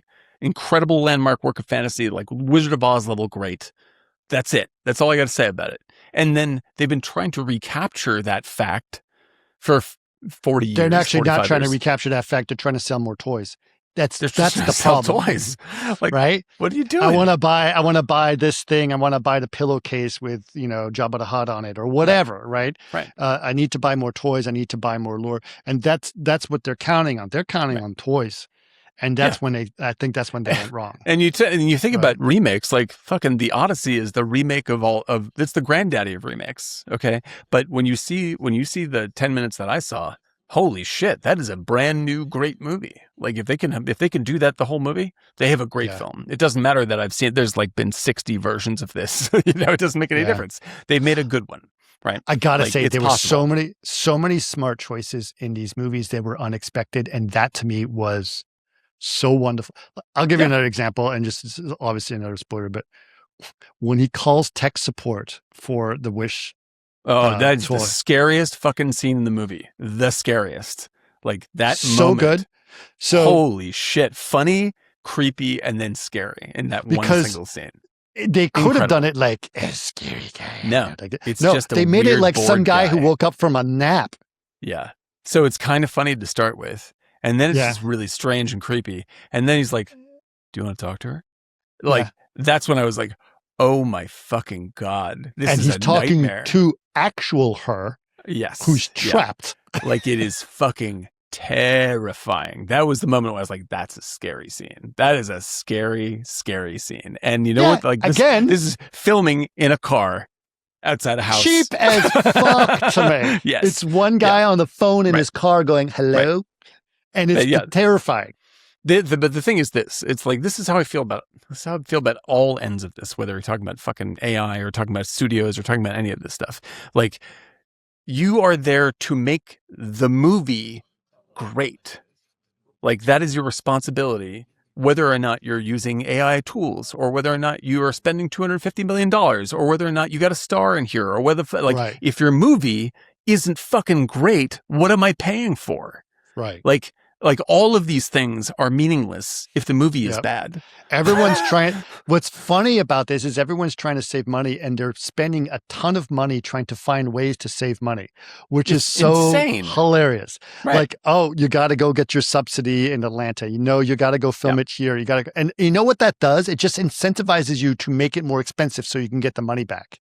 Right? That's it. It just doesn't make any sense. And that money and those fucking deals does not go to the film. It doesn't go to the city where you're shooting it. It goes in the fucking pockets. And then the other one is like, now they're like, oh no, we'll just use AI to make this movie cheaper. It's like, no, why? They just made this movie significant, and it looked amazing. It's such a high quality film. And what was good about it? Good writing, good directing, good acting. These are traditional. If you've written a great screenplay and you're trying to break down the costs of these things, and you're like, okay, well, what we need to do is, because we're shooting this great big war scene, we want to shoot it like this and keep it really tight. We do want 1 million people on the field, and we want these explosions to be going off. What are our choices VFX wise? And someone's gonna be like, well, we got some new tools, blah, blah, blah, blah, blah. And those new tools might be AI. And you go, does it look good and isn't it expensive? That's the only time the question comes in. Like, you're not like, we're going to make this movie cheap with AI. You are not going to do that. That is not what AI is going to do for you. Well, it's the same thing with virtual production. Listen, I'm a big advocate for virtual production, obviously, because I'm doing a lot of work in that area. But I'm not saying that this is a magic bullet for everything. It is specifically designed. It's another tool. It's another tool. You pick. Yeah, if it works, use it. But if it doesn't work, don't use it. What happened during the pandemic is specifically people were like, well, just Mandalorian. And it's like, you don't understand what it looks like shit. Right. Like, you see it look bad all over the place. Like, this is the thing that, like, by the way, they used virtual production on Obsession quite a bit. It's great. All the driving stuff works. All the driving stuff was done with virtual production. Right. And it's great. You don't even think about it. Fantastic. You don't even think about it. Like, the whole idea is you don't even think about it. You accept it as part of the reality. That's your whole goal, no matter what you're using. They were very smart about it. They like, okay, we're going to have a bunch of scenes in a car, so we need to do a bunch of car stuff. And they did it all with virtual production. And they basically probably allocated 2-3 days to a stage and just shot everything on that stage. Super small stage, by the way, which is also awesome, right? Yep. Then they had the house scene, and then they had the store scene and a restaurant. They probably five locations. That's it. What else? So good. And the thing is, man, like, again, if you're going big time studio, like, fucking pay the money and get the big places, but don't get them thinking that that's what's going to make your movie good. Right. Like, that isn't what's making your movie good. Your movie being good is what's making your movie good. That's priceless. I also want to say, like, specifically the filmmakers or the writers, etc., they studied film, not just YouTube, right? They're clearly studied film because, like I said, they made many homages to horror films. There's a great Exorcist call out. There's a great Exorcist call out. They understand where they're coming from. Here's Fatal Attraction call out. Here's the Ring call out. There's loads of Kubrick in there, like all this stuff. But it doesn't feel like they're not just like copying things. They're not like the vibe. They're like, obviously these guys know where they're like. We know the history of horror together. We're enjoying this together. This is great. It was weird, like when I didn't like, and I'm a big film buff, as you know, it's like, I didn't even think about the fact that they were copying, like almost exactly copying The Exorcist until afterwards, because it was so part of the story. Right? It wasn't it works absolutely as part of the story. Yes. Like, you're not just sticking in there. I'm like, remember that part from The Exorcist? It's kind of like that. Like, it doesn't like that. Like, what is happening is a result of the story itself. And it makes was perfect sense. Perfect sense And it's within great. the story. Yeah. Yes. Like these are not references for the sake of references. It was just like when you really think about it, you're like you're just tortured this is how the brilliance of a great reference, you know. And this is like when Tarantino is operating at his best, right? The brilliance of a great reference is that you're not just saying, "Look at me, I saw a movie once and I can replicate it." Like it says, "Okay, so The Exorcist is part of our cultural scene. Like we understand that, and we understand that vibe. When this part of the movie happens, some part of you is associating the scariness of that possession with this movie now. Like it's plugging in, right? It doesn't call it out. It doesn't make you realize it in the moment. It just like there's something that clicks, and it makes it a little bit more intense, just a little bit." You know, and like it's using the language of what you already know about movies to pull you in even further. That is great filmmaking. Like that's how to do that stuff. It's not like, oh, I don't know, here's Bruce Campbell. He was in the other movie. So applaud. Right. Yeah, no, and I was watching a movie and now I feel like I'm not watching a movie anymore. Yeah.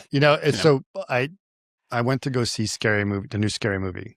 Because we are entertained by the old ones, right? Sure. And what was disturbing about the one that we saw is that it was only about references and no story. That there's no jokes that work. The jokes have to be jokes. You can't just be look at the thing we saw. The whole point of Scary Movie is how they intertwine all of these references to other movies. Like one of the Scary Movies is literally like 8 Mile combined with Signs and The Matrix, right? And The Ring, right? And how do you get all 4 of these plots to work together is actually pretty creatively clever. It's clever, right? Yeah, right? And funny and clever. This new one was just like, here's a thing, here's some other stuff. Yeah. Here's something. And then people were literally, just like you said, applauding whenever a cameo appeared. I recognize that person. Like, that's not worth your time. That's not worth the money, man. That's not worth the money.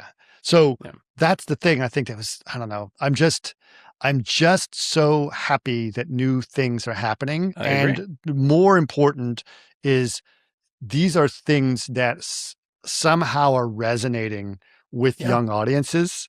And these young audiences are so excited. My kids could not be more excited about me seeing this film. They just want to talk about it and talk about it and talk about it.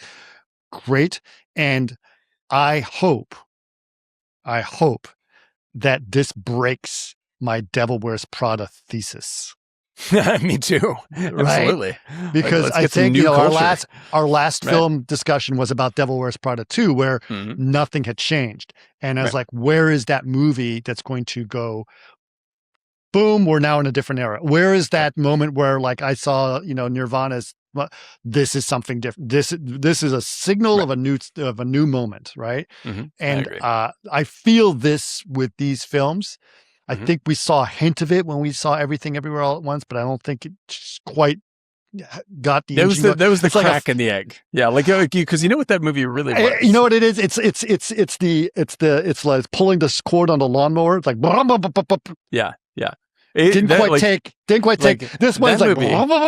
To give it full credit, to give that movie full credit, like I don't know if it's the Easy Rider. Like I think that it's actually the Bonnie and Clyde, where Bonnie and Clyde is incredibly important, absolute breakthrough movie, but no one really knew because it's so exactly, like it still has so many studio elements that you just go okay, I'm still and like in it with the benefit of hindsight, you're like, oh, that's where it started. That's actually the first crack in the egg right there.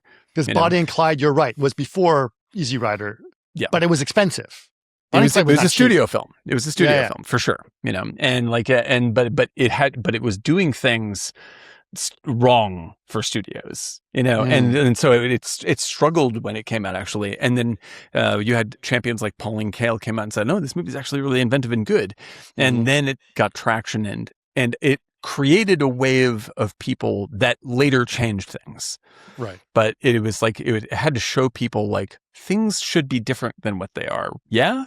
And they're still doing it from a studio perspective, but enough that it got under people's skin. And then you have the big wave. I think that's what happened here. My fear, my fear is that these filmmakers, these young YouTube filmmakers, are going to fall in the line of like, oh, now you get to remake this movie for $100 million. The studios will always try and studio. They will try and get you. They will. And so I'm concerned about that. However, I don't know if it'll happen or not happen, but having listened to that director, who again is only 20 years old, sounds more eloquent and very smart kid. Yeah, very smart. And I don't mean to say that in a patronizing way. I'm just like there are 45-year-old directors that are not as smart as this dude. Okay, well, we should say sounds very mature.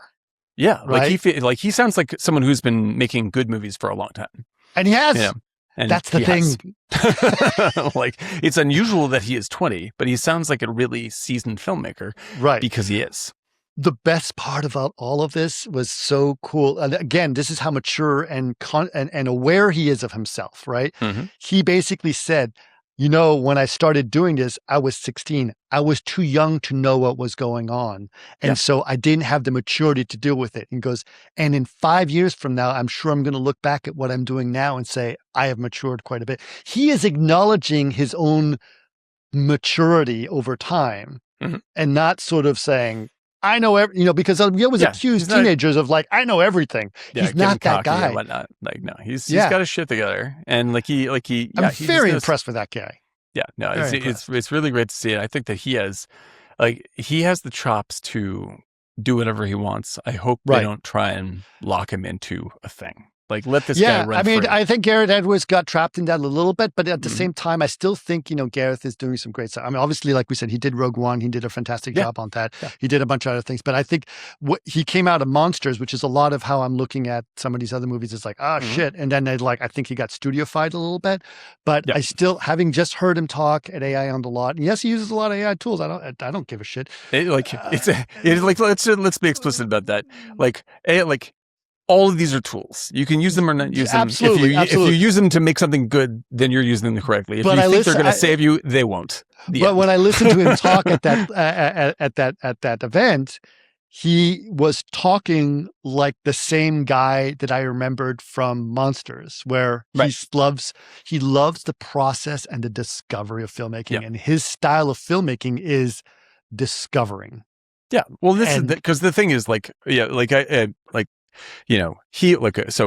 gave a big talk about AI. Scorsese is just revealed that he's pro using AI for storyboarding and all this. And people are very, very mad about this. And the thing is, I'm sorry, but Scorsese is an old man at this point. Come on. Why do people care about his opinions? Well, the thing is, everyone's having I loved his movies for so long and now he's betrayed me. I'm just like, this dude has always been looking for faster, better ways to work, and he's doing it again. I guarantee you that whatever he's doing is still part of his process. You don't have to suddenly believe that he's been poisoned by the devil because he's doing using a different tool.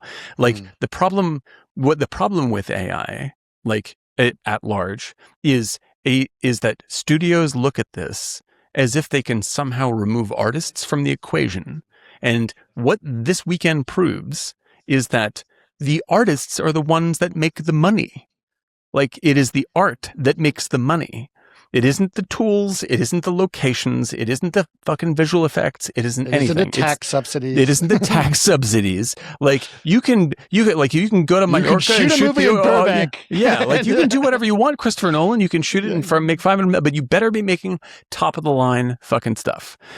You can do that. And the thing is, you can do that at any level with any tools. Yep. And if you're not committed to doing that, and you end up with a bad movie, it is your fault, studios. That is the case.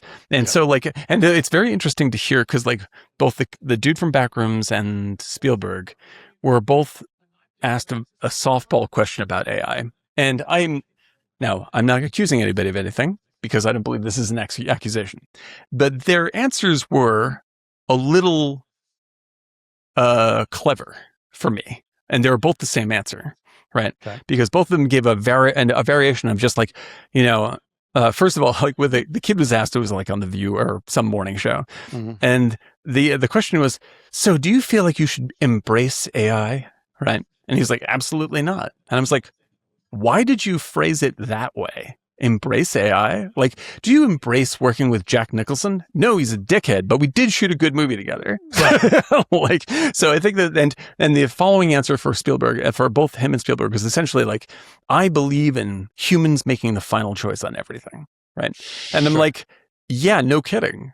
Like, that's why things are good. Even when you use AI, you still have to make a choice whether you're going to use it. This is it. It's the people. Like, this is it. You never, like, the choice that is always your responsibility, regardless. Right. Like, that's it. Like, if you think that you can build a business model on a slot machine, best of luck. It isn't going to work out. But like, I have a brand new business model, Chris. I'm going to go to Vegas and I'm going to take $500 and go to a slot machine and I'm going to be rich. So let's just remember, because this was, and there is something about this, which I think is great, because Gareth Edwards, again, when he shot Monsters, it was a slot machine. It was opportunistic filmmaking, right? What can I get in terms of production value for free? I'll just shoot. But again, right? This so is I do this. I was like, I'll do this, I'll do that, and I'll just weave it into the movie. So it is opportunistic, and that is different. Like the way that I know, but the fact is that when he talks about AI, he looks at it that same way. He's pulling the slot machine and goes, oh, that's something I can use. Is this useful to me? Like the first, this is what I mean by slot machine. Is like, people assume that AI, like that anyone using AI is just going, I don't know, I just have to take what the computer gives me and then that's it. Like, that is not a business model at all, and nobody operates like that. Right. The end. And by the way, I don't always think, I don't know if I could do a movie the way that Gareth Edwards does. He's got a specific way that he wants to do his film. He wants to discover. He wants to have unknown Gareth answers. Edwards is an artist. He's an artist, and he's got his own. And he looks at a thing and he goes like, oh, this, okay, well, how can I use this? Right. Can I use parts of it? Can I use this? Can I use this? Can I change this into something I need? And in fact, when he did the Creator, when he made the Creator, he was even like, oh, there's a weird thing that happened behind there. And people are like, well, what is that? I said, I don't know. It's just a thing. Yeah. Let's just figure, matter. I didn't expect this, but we have it. Let's use it. It's a thing, right? That happened. That is interactive creativity with what you are experiencing. That is absolutely responsible filmmaking, and you're making choices the whole time. That's the entire idea. For what we're doing is, especially when we're talking about our VidViz method, right? Mm-hmm. Is we're looking at very specific rehearsal. Everything we're doing is with intent, and that's an opposite thing. And I'm not saying that one is. It's just a different way of operating. It's different methods of discovery. Absolutely. This is what it's all about. And we're discovering it on the cheap, and then when we do it for real, it's much. We do it once, right? And so, when people, because I'm sure, I do not know for sure at all. I deeply suspect that Spielberg has used plenty of AI in things that he's developing all over the place. But the fact is, everything comes down to Steven Spielberg going, "Does this stink?"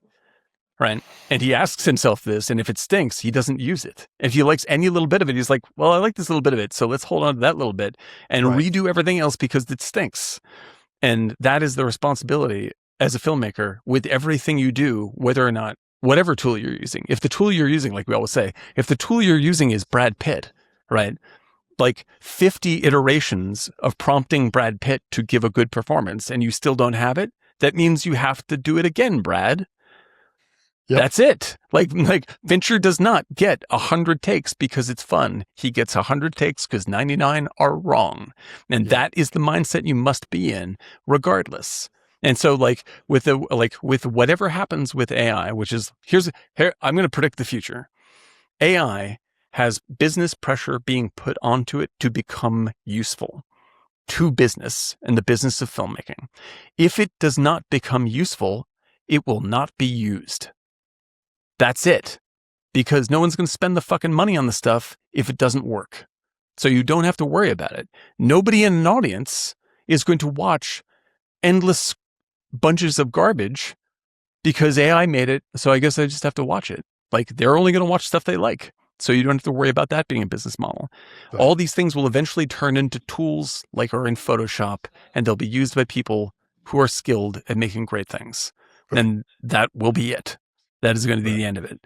And so like when what we should learn by whatever tools are available, like the first tool that's available to you is that you are good at what you do as a filmmaker, right? And you should aim to make the film as good as possible. It turns out if you use those tools, you can bring down the cost tremendously by turning the lights off and lingering on shots so it's tense. This costs nothing. Like, this is amazing. Go there first. Right. And for studios, you go like, okay, we want to make a spaceship epic, but it can't look like shit. How are we going to do this and make it affordable so we make a lot of money on the back end? Well, studios, first, get a good screenplay. Like, do that part first. Then let's talk about the spaceships.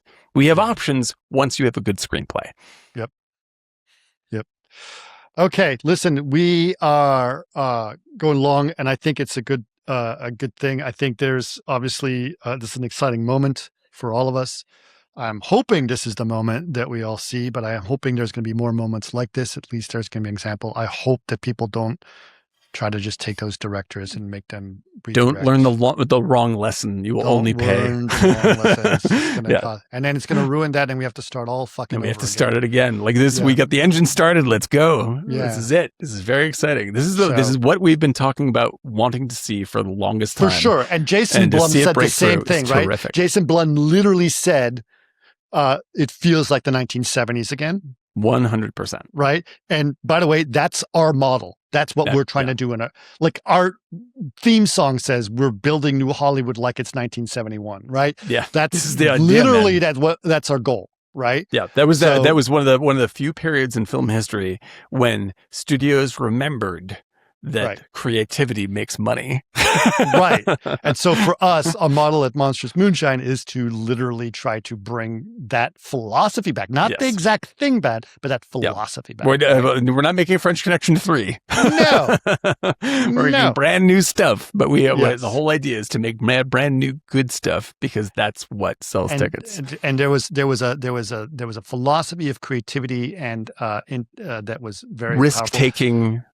Art, everything. Isn't it ironic that the people that are doing it are the YouTubers, which is the exact people that the studios say are ruining Hollywood? Yeah, dude, they are fucking bringing it back. This is it. And the other one, this is another thing. Just one last little point. Sorry.